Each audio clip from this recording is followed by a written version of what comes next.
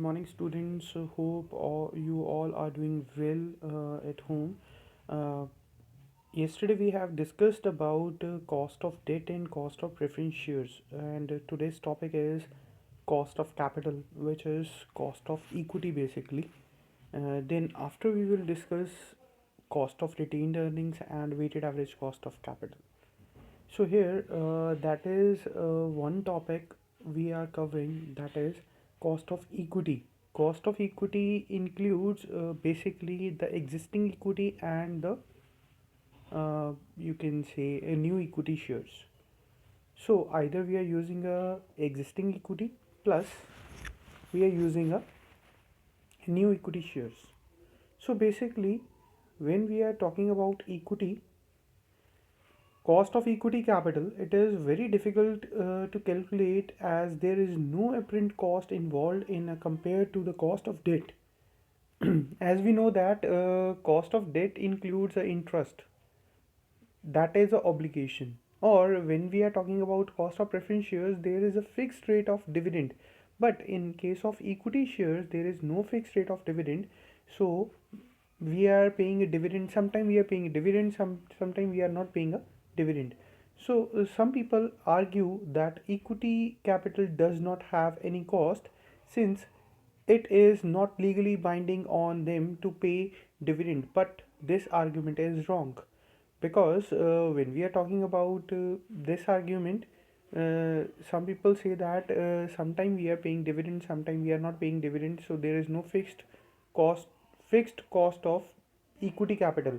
But when we are talking about this argument is basically wrong. People invested in equity with an expectation of there are two things. So one is getting the dividend regularly. Second, increase in the price of the share. First, when we are talking about getting the dividend, that is include the regular income to the investors or shareholders. And when we are talking about increase in the price of the share, that is basically a capital gain. Means if we have invested today rupees, we have invested rupees 1000, as we are buying 100 shares of rupees 10 each, and we are having an expectation that our share price will rise from 10 to 11 to 12 to 13. So we will try to get some capital gain. That 4 rupees, if I am talking about the share prices, market price of the share is equal to 14, then we are having a 4 rupees as capital gain per share. Then if we can multiply 100 shares into 4, we are getting a capital gain of 400 rupees. So there are two type of investors. One is they are invested for the, you can say, uh, regular income, and the second one is for getting capital gain. If firm is not able to meet the expectation of the shareholders, the price will fall. So if we are talking about if we are not meeting the expectation of the investors, then they will sell off the shares in the market. When there is a selling pressure in the market, the share price will fall down. The cost of equity is defined as a rate of return that a shareholder expect to earn on their investment. So basically, it is the rate of return they are expecting to get on shares. There are basically two kinds of approaches under a dividend price approach, or we can say it as a dividend yield approach. So when we are talking about this method, sometime we are talking about without growth, and sometime we are talking about with growth, because some organizations will pay a stable dividend policy. They are having a stable dividend policy that we have discussed in the previous chapter, that is dividend policy. And some are with the growth, so they are paying a dividend with growth. So if we are talking about without growth, there are two types of shares, existing and new. When we are talking about with growth in dividend, then again we are having two type of shares, already existing equity, and another is new equity shares. So we'll discuss one by one approach to find the cost of equity. So first is a dividend price approach or dividend yield approach without growth in dividend. There are basically two type of uh, formulas we can use. Basically, if you can learn these formulas, these are very easy, because here we are talking about dividend upon net proceed or market price. So if we are talking about new equity shares, there will be no market price, so we are just discussing about the net proceeds here. But when we are talking about already existing shares, they are having a market price, current market price, so dividend should be divided by current market price. So same in the case of growth, and growth should be added along with the dividend upon net proceed plus growth, or the second one is a dividend upon market price plus growth. So we'll discuss the formula again later on while we are doing a numerical. So dividend price approach without growth in dividend. So there is a formula, as I have already told you. KE is equal to, KE stands for cost of equity, which is equal to dividend upon net proceed. So here the abbreviations are written as under. KE stands for cost of equity, dividend, D for dividend given, NP stands for net proceeds. So here's the example. A company offers for a public subscription the shares of rupees 10 each at a premium of 10%. The commission cost for company is 5% and the dividend rate is 20%. Calculate the cost of equity. So basically we know that how we can find net proceeds. Net proceeds are same alike. We are calculating in cost of debt and cost of preference shares. Net proceeds are equal to par value plus if there is any premium minus if there is any discount minus cost of flotation, or we can say flotation cost or cost of issuing the shares. So here, as per that formula, D upon NP multiplied by 100. So sometime the author may take 100, sometime it may not be multiplied with 100, so they can directly as a percentage. If we want to find a percentage, then we have to multiply it with the 100. So KE that we are requiring to calculate, D is equal to, that is given in the question, that is dividend rate is 20%. 20% of face value is 10, so the dividend is 2. Net proceeds are basically calculated as the price of the share is 10 plus 10% premium, 10 plus 10%, which is equal to 11, minus cost of flotation, that is 5%, minus 5% of 11 is equal to 0.55, so which is equal to 10.45.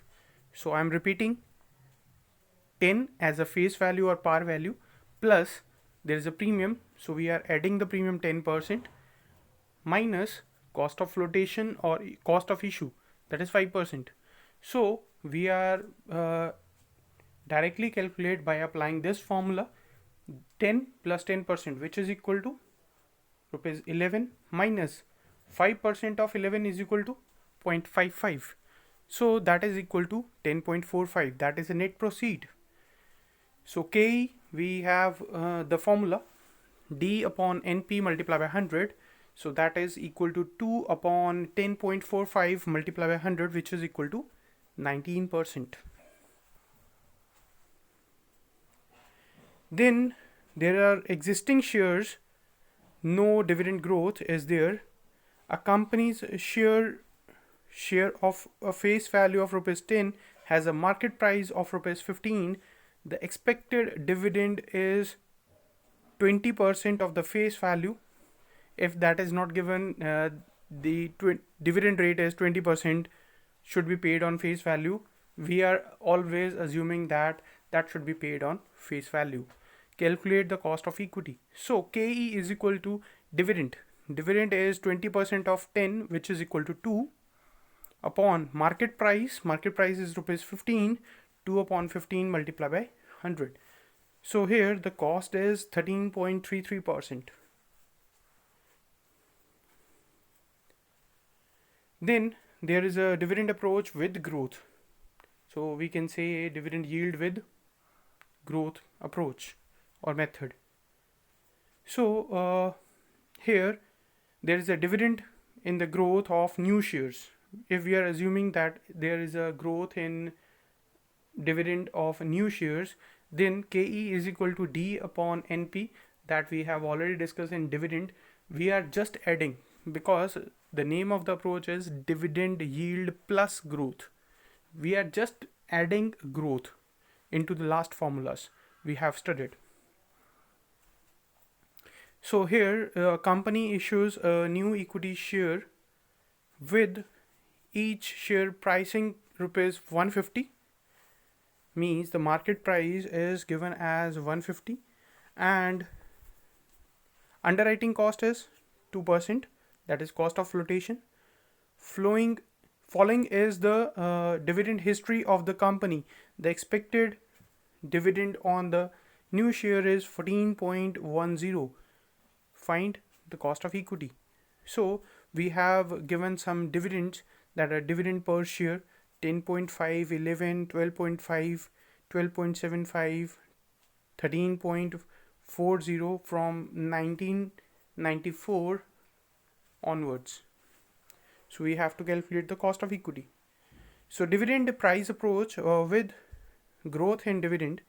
So we are having a formula D upon NP plus G. G stands for growth. Here when we are talking about cost of equity, we have to find the cost of equity, and D, that is already given in the question, that is 14.10. Net proceed is basically the share price is 150 minus 2%. There is no premium, there is no discount, so we are directly deduct the cost of flotation or cost of issue. So 150 minus 2%, which is equal to 147, or we can do an alternative method, 98% of 150, which is equal to 147. Both the methods are similar. So growth, we do not know that about the growth because they are having a dividend history. If we study this question again, dividend per share is 10.5, 11, 12.5, 12.75, 13.40. So there is a dividend history. So we have to find growth first. So there is a one method to find a growth, that is D0, 1 plus growth raised to power n is equal to D1. D0 stands for, D0 stands for the dividend in the first year, and D1 stands for the current dividend, and G stands for growth, N stands for number of years. So if we will study the question again, in 1994 10.50, after 4 years it will be 13.40. So D0 is 10.50 multiplied by 1 plus growth raised to power 4, which is equal to, after 4 years it will be 13.40. So 1 plus growth raised to power 4, if we can take 10.50 on the right hand side, that should be divided. So we have to calculate the growth. This is the one way. The second, that is a easier way, divide the latest dividend by the first dividend.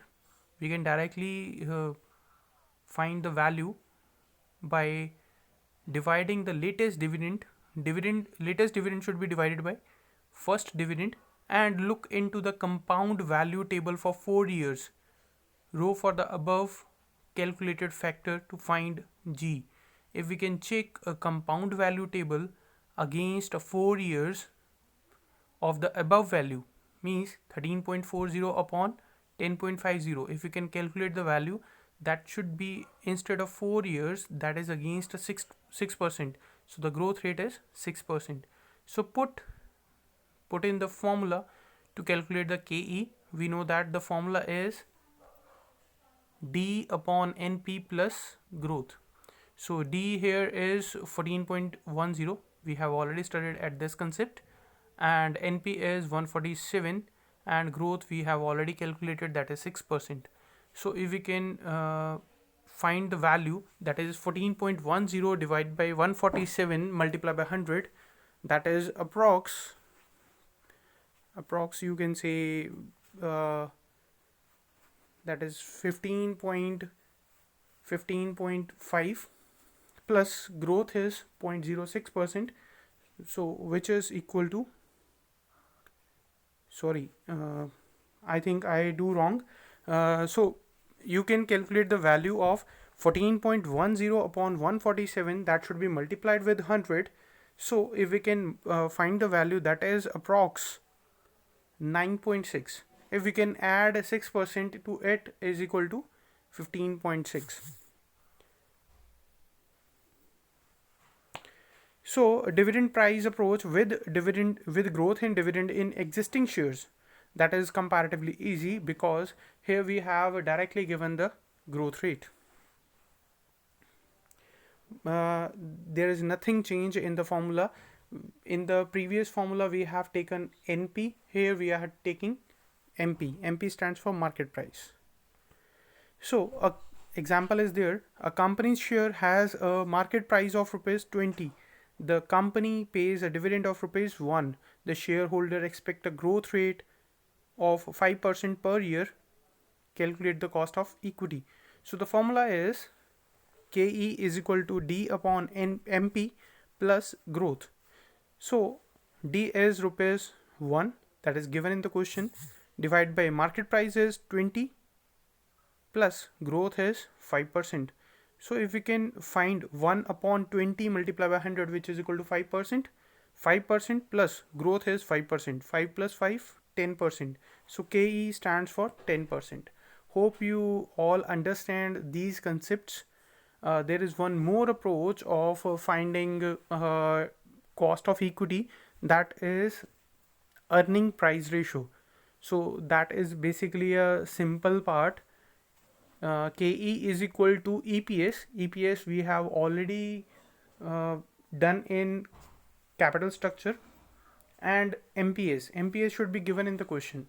So if we can find the value of cost of equity by using earning price method, as the name said, earning price, earning upon price, earning per share upon market price per share. So if we can find the value by this method, that is again an alternative method of finding the value of equity shares. Basically that is come under existing shares. So thank you so much. If you have any query, then you can text me personally, and safe and stay at home. Thank you.